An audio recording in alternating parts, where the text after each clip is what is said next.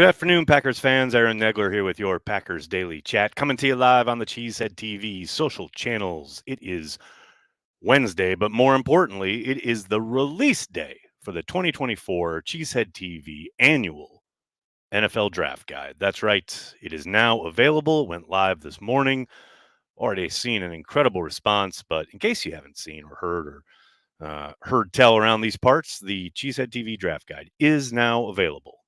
You can find a link in the description of this video on YouTube. You can go to cheeseheadtv.com. There are several links there on the homepage. Just an outstanding job by everybody involved. Big shout out to Al Bracco for putting this all together. The Cheesehead TV 2024 Pro Football Draft Guide, available for Packers fans worldwide right now. Go get your copy. There's tons of great stuff as far as, not just the stuff on the prospects, some incredible writing, some incredible featured articles, great breakdowns of the position groups from Maggie. Really, amazing storytelling from Tazim regarding his journey as a draftee for the Packers back in 1993. Some really in-depth study as far as what the Packers need and what is going around the league. Great mock draft, tons of stuff. Check it out. Always good stuff. And like I always say, somewhat jokingly, but somewhat true, I'm barely involved. And that's what makes it great. Because God knows these are people who really dive into the draft and live it and breathe it in a way that I certainly don't. And I, am just in awe and completely blown away each and every year. Everyone does an amazing job from Al on down, the editors, the design. James just kills it each and every year. It looks gorgeous. Um, Available now. Like I said, there's a link in this video, the description of this video. Check it out, people. Hello to everybody in the comments. Hope you're all doing well. Good to see everybody. New York Cheesehead, how you doing, man? Albert, thanks for the super chat. Random Packers, Jonathan Franklin, Dwan Harris, and Eric Walden. Walden still gives me nightmares. All I see is him chasing Kaepernick in slow motion. Man, you can choose to remember some of the big hits he administered for guys that weren't Kaepernick. You can do that if you want. But yes, it's probably an indelible image. No question about it. Good afternoon, Packer fam. What's up, William? How you doing? Thanks for getting me through these work days. That's why we're here, man. It's why we are here. In my opinion, with the draft approaching, let's put a pause on random Packers. Too many repeats. Let it breathe for a while. Joseph, it'll happen organically. If people sense the idea that it's time, they will. But, commanding them to only ensures that they will not only continue, but they will double down. Clearly, you're not a parent of three because I know a thing or two about a thing or two when it comes to telling people not to do stuff. Jim Jonas, what's up, man? Good to see you. Thanks for the super chat. Lamont Hollandquest. Ooh, excellent. Phenomenal. See, Joseph, phenomenal. Lamont Hollandquest, not a repeat. Outstanding random Packer. You're just a hater. John Simitovich, how are you, man? Thanks for the super chat. Random Packer, Mike Neal, boiler up. No 162-0 for the Brewers. No, you got to lose one eventually. But, John, how are the Cubbies doing? I'm sorry, what's that? I can't hear you. Good chat. Relax. How you doing, man? Say it with me. Bears still suck. Outstanding. GVT Spook 1. Thanks for checking out the stream on Twitch. I saw that the Packers had recouped some money from insurance policies on players. Do they do that to all players, only the ones with the big contracts? How does that work? Traditionally, it'll happen when there's some kind of insurance and or injury issue. They do not recoup on every player with an injury, and more often than not, they'll probably write off some of the smaller stuff, but they will, if it's a significant amount, something that they can recoup. Yeah, they will attempt to, and not always be successful, but attempt to go and get it. Coleman, thanks for the super chat. Nags, first time catching you live. Thanks for all you do. Go Pack. Thank you, Coleman. Very nice of you to say, and thanks for the super chat. Appreciate you. Tommy, how many Green Bay hats do you own? Well, only one, apparently, because this is all I ever wear now. I love this hat. I can't believe this is a Cheesehead TV hat. It's like my favorite hat in the whole world now. But outside of this one, let me just count here. 1, 2, 3, 4, 5, 6, 7. They're all hanging up right here. 8, 9, 10, 11. 11, because there's one back at the office. So 11 at the moment. Mimsy, what's up, man? Random Packer fan opinion, Joseph. That's pretty good. That's pretty good. Abdul, how are you, man? Thanks for the super chat. Hey, Aaron, how many new O-line starters will we have? Ooh, controversy. I'm guessing one. If we're talking about like how they lined up at the end of the year, I know people are ready to push Josh Myers out the door, but I suspect, that right guard spot is the one spot that will most likely be different. Now, who knows what happens as far as the draft? Maybe they draft a tackle and he comes in and supplants Rasheed Walker. But even if they draft someone, even if it's someone they draft, high up, that doesn't automatically mean they're going to get handed the position. Rasheed will be given the opportunity to compete. And I suspect at least early on, week one, he'll probably still have that job. But got a long way to go. We'll see what happens with the draft. But yeah, I suspect probably one, that right guard spot. I think everybody else will probably stay in place. But I know both Matt and Brian have spoken about, keeping competition going, making sure that those best five are out there. And I'm sure they will be given opportunities to compete and maybe try to supplant a Josh Myers, try and, move out the left tackle. But yeah, I suspect it'll end up being that right guard spot will be the lone difference when all is said and done. But like I said, long way to go. Double C, what's up, man? Najee Davenport. Excellent choice. Craig Brockmiller, what's up, man? Ordered my copy of the draft guide. Now I can sound like I know what the hell I'm talking about. Random Packer, Clark Hinkle. Clark Hinkle, excellent. Yeah, I mean, look, the draft guide's a good time for everybody who hasn't been obsessively kind of tracking each and every pro day, looking at the combine results, watching the combine at all, looking at all the all-star games. All that work now is done for you. So you can download that draft guide and peruse it at your leisure and get ready for late April when the draft kicks off. Perfect timing. What else we got here, folks? Random Packer, Geronimo Allison. Man, you'll never be able to take away that opening primetime game against the Bears where he caught that big shot from Rodgers up the right sideline for a touchdown. Outstanding stuff.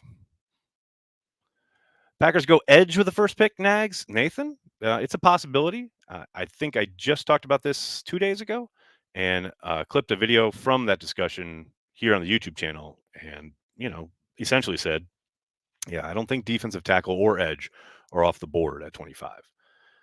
Now, that doesn't mean, that they're going to reach for one. If there's one there value-wise that makes a lot of sense over maybe some other positions of need, I think they pull the trigger. But it really depends. And that's what's kind of tough about forecasting when you're so far, towards the back end of the round, right? The draft could break so many different ways.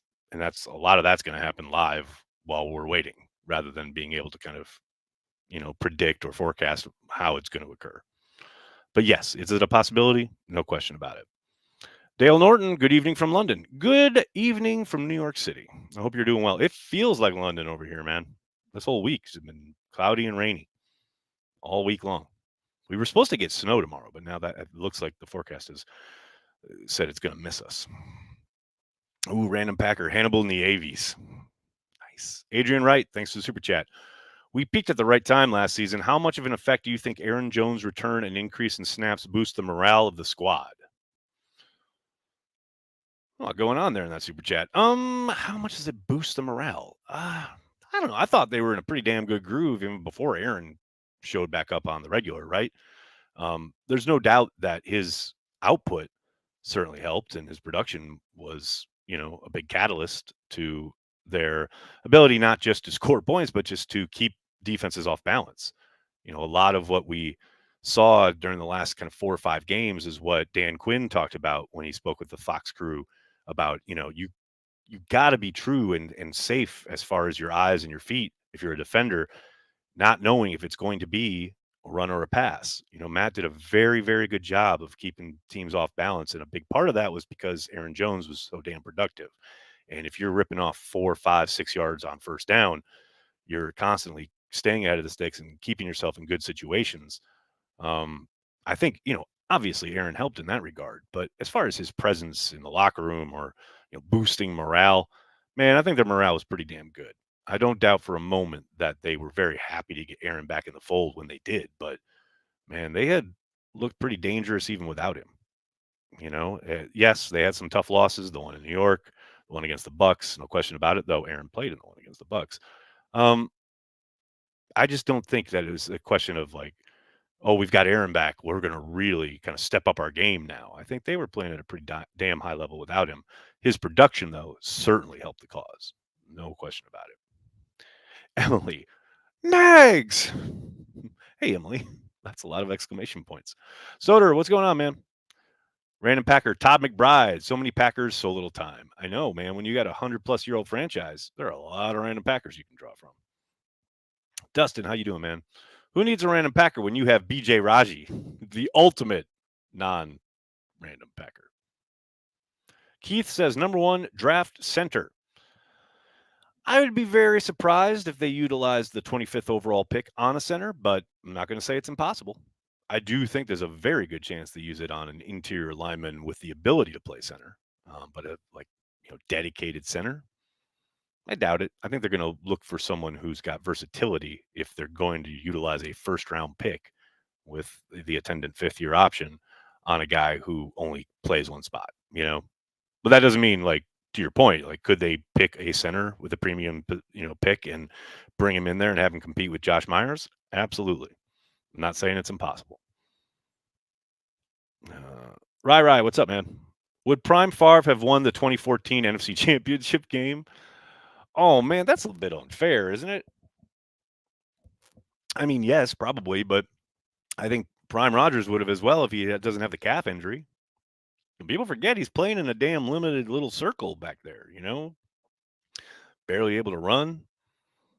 I mean, I think if you have a healthy Rodgers, yeah, the Packers probably win that game, right? So, yeah, Prime Favre, probably. Menace, what's going on, man? I understand we definitely need O-line depth, but, and maybe I'm in the minority here, but a first-round O-line, especially tackle, I just don't get it. Definitely need more depth, but with some versatile guys, but I don't get first-round arguments because they're long-term investments.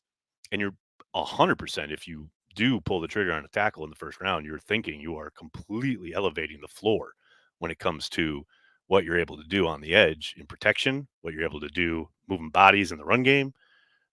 Look, Rasheed Walker played his ass off last year. No question about it. They produced at a very high level with him out there. But he's got a long way to go to entrench himself as a full-time, unquestioned starter. And if you can find a premier talent at 25 at the tackle spot, you absolutely pull that trigger.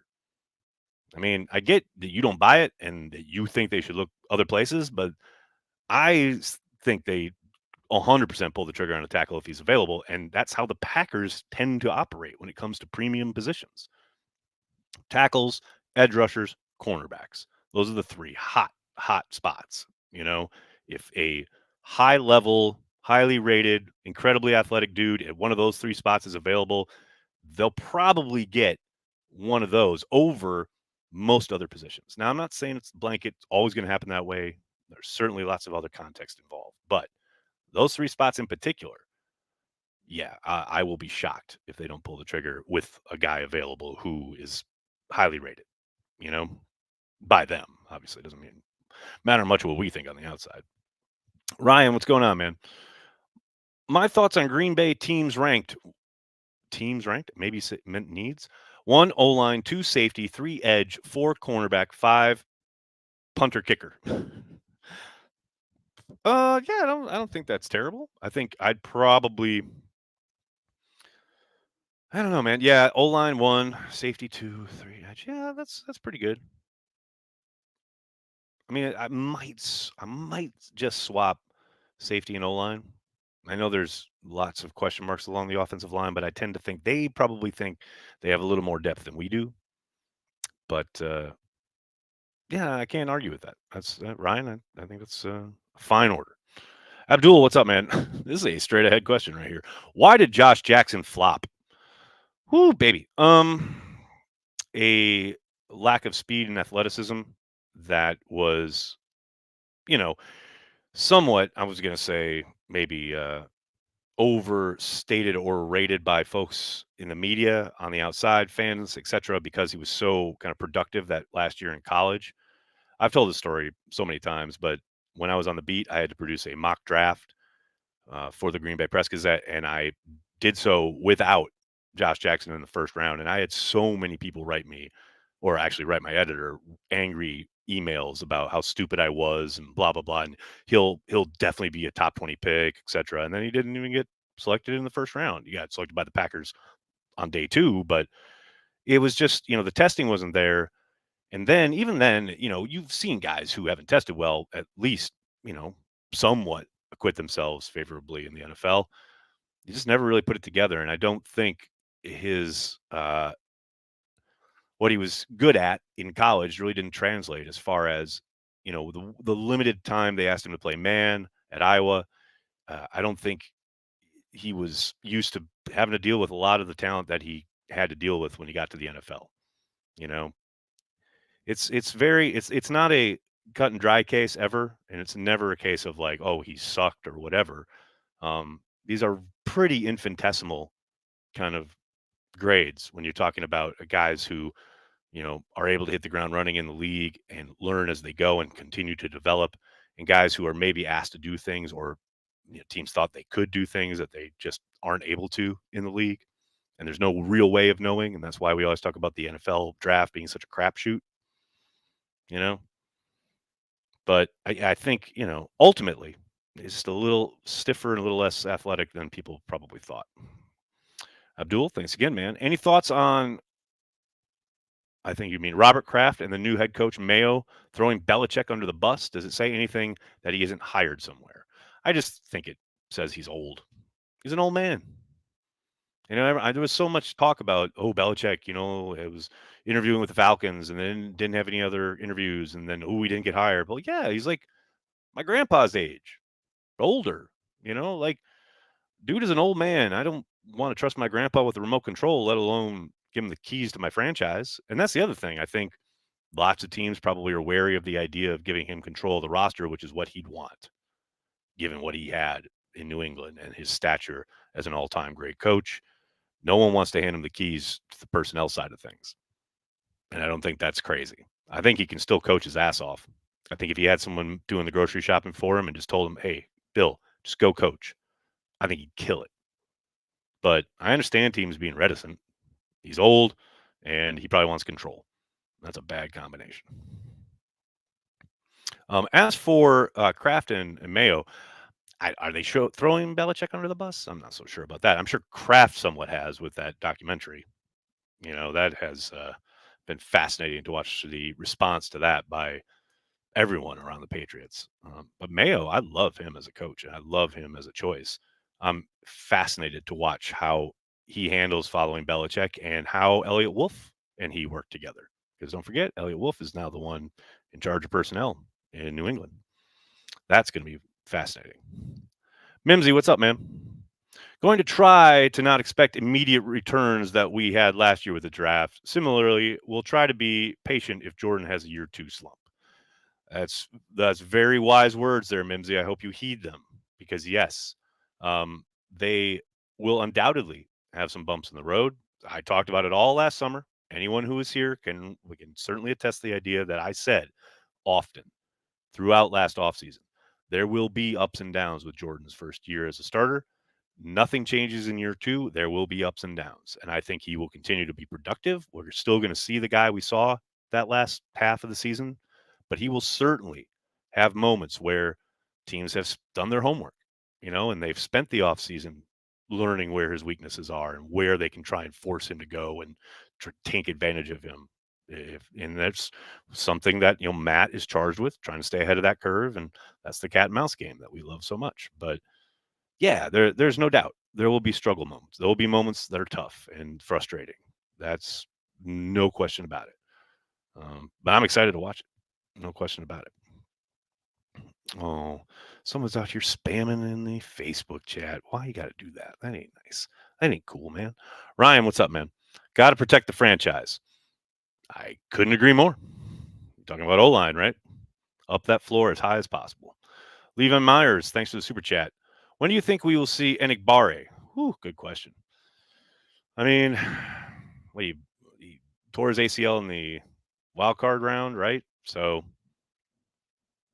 God, man, that's tough. I'm going to say maybe at the end of the year, towards the end of the year, last month of the season, maybe. That's a big maybe with an underline. Really depends on the recovery. I mean, after Bakhtiari, who freaking knows? I ain't ready to declare anybody ready to come back until we see them on the field with on a regular basis. But yeah, maybe last kind of month/quarter of the season. We'll see. Greg, what's up, man? Over under on Packerman amputations for 2024. I'm going to set the over under at 17, and I definitely think everyone should take the over. All right, I'm going to have to get going. I can't thank you guys enough for hanging out, talking Packers each and every day, Monday through Friday, right here on the Cheesehead TV social channels. Please do me a monster favor. Hit like on the video, subscribe to the channel, and then get yourself the Cheesehead TV draft guide. Link is in the description of this video. You can go buy one right now. Tons of great stuff, tons of great draft content. Do it. You want to be smarter for it. Thanks so much, everybody. Patreon members, Carry the G Club members, don't forget, happy hour at the top of the hour. I'll talk to you all then. In the meantime, the rest of you, hit like, hit subscribe, tell your friends, tell your family. Cheesehead TV. We are devoted to Green Bay Packers fans worldwide. Thanks a lot, everybody. Have a great night. Go Pack Go.